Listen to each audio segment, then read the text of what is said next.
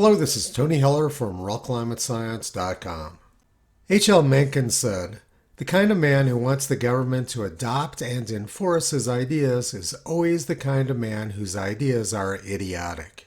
While working at NASA in 1971, Stephen Schneider wrote this paper explaining why a runaway greenhouse effect on Earth was impossible. He predicted very small increases in temperature due to increasing carbon dioxide in the atmosphere.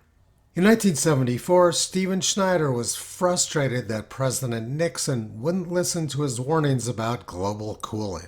There was a scientific consensus at the time that global cooling was going to cause future famines. Then in 1978, Stephen Schneider was featured in a documentary promoting the idea of a new ice age. Climate experts believe the next ice age is on its way. According to recent evidence, it could come sooner than anyone had expected. At weather stations in the far north, temperatures have been dropping for 30 years. Seacoasts, long free of summer ice, are now blocked year-round. According to some climatologists, within a lifetime, we might be living in the next ice age.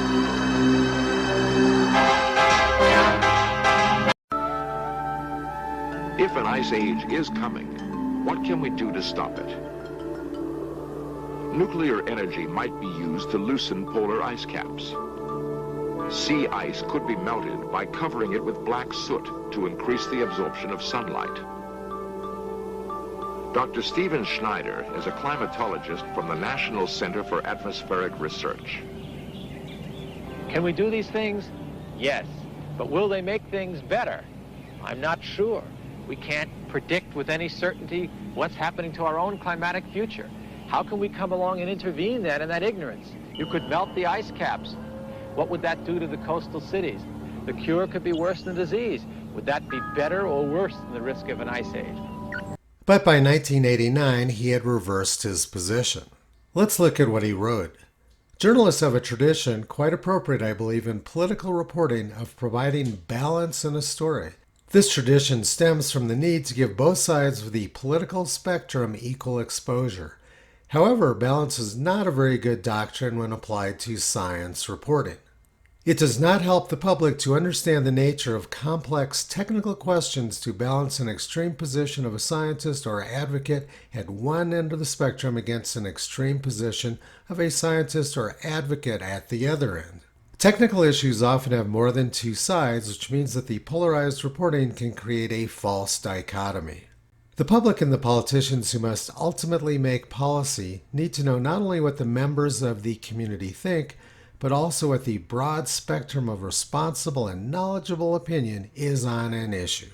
If only the irreconcilable debates of implacable expert enemies are reported, the typical public reaction, and probably those of politicians as well, will be, well, if the experts don't know what's going on, how can I decide? The next reaction would probably be, you folks go back and study some more, and when you have more certainty, come back and tell us so that we can decide how to act. Instead, knowledge of a consensus over how much we already know or a rough estimate of how long it will take to learn a great deal more could very well lead to public and political reactions quite differently from those created by a noisy, angry, and dichotomized debate. What he was saying is that the public needs to be presented with the idea of a global warming consensus, even though it directly contradicted what he was saying a few years earlier. It's also interesting to note how journalism has changed since 1989. Newspapers no longer provide balance to any story, much less climate. Almost all journalism now is agenda-driven. Also in 1989, Stephen Schneider made these predictions in Popular Science. He wrote, "The odds of getting 5 or more days in a row with maximum temperatures above 95 degrees in Washington, D.C. are now about 1 in 6. If the average global temperature goes up 3 degrees Fahrenheit, the odds rise to nearly 1 in 2. And in Dallas, the odds of 5 or more days of 100-plus degree heat in July go from 1 in 3 to 2 in 3. The article said that Schneider had been warning about the greenhouse effect and global warming for the last 16 years. That would mean that he started warning about global warming in 1973. That obviously isn't true because in 1974 he was warning the White House about global cooling.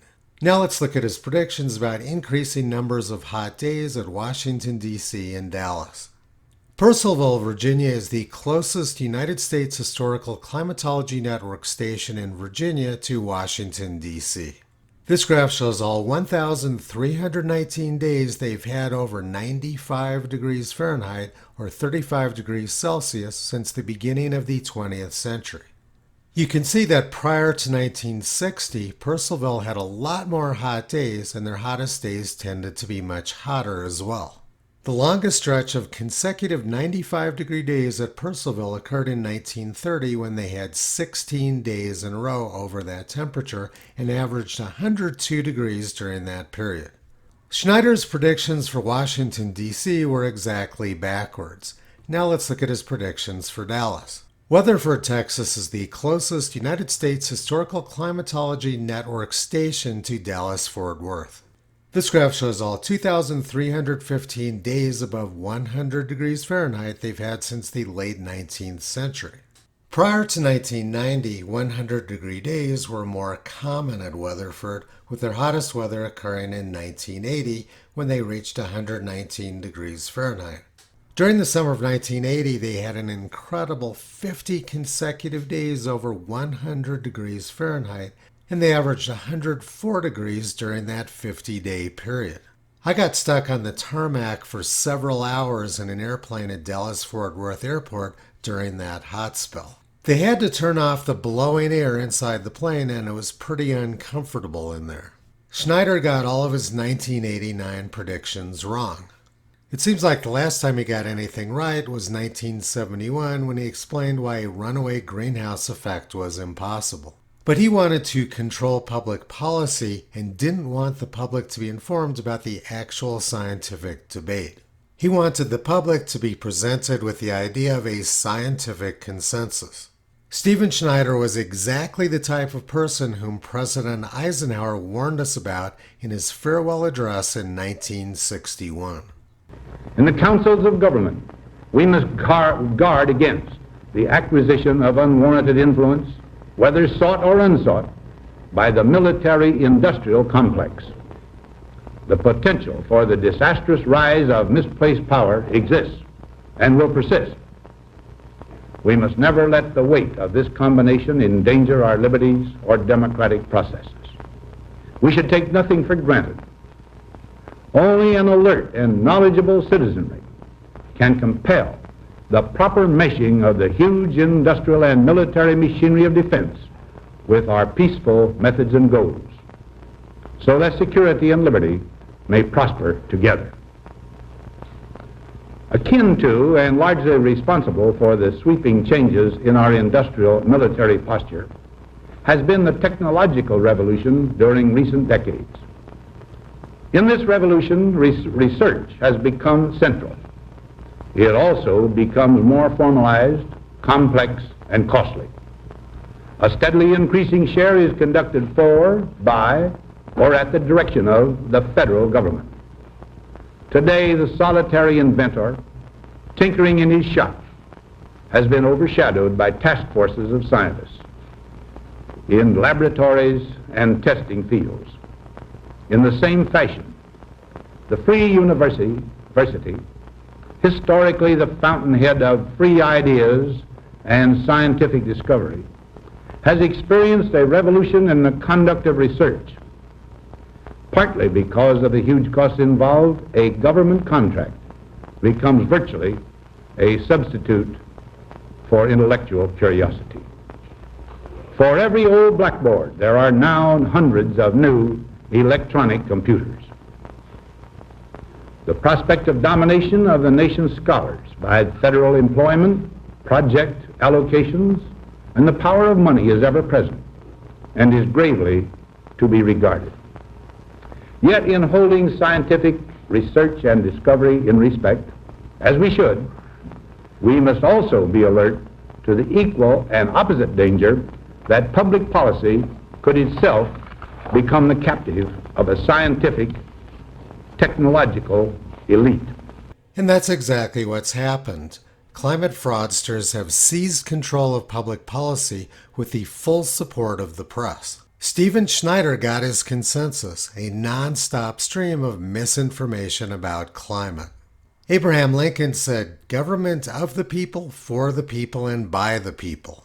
But now the public is bypassed and are not allowed to participate in critical decisions affecting their future. Toto's been pulling back the curtain on this madness for the past 14 years. You can visit him, Kyrie Caesar, Toki and Upla on the web at realclimatescience.com.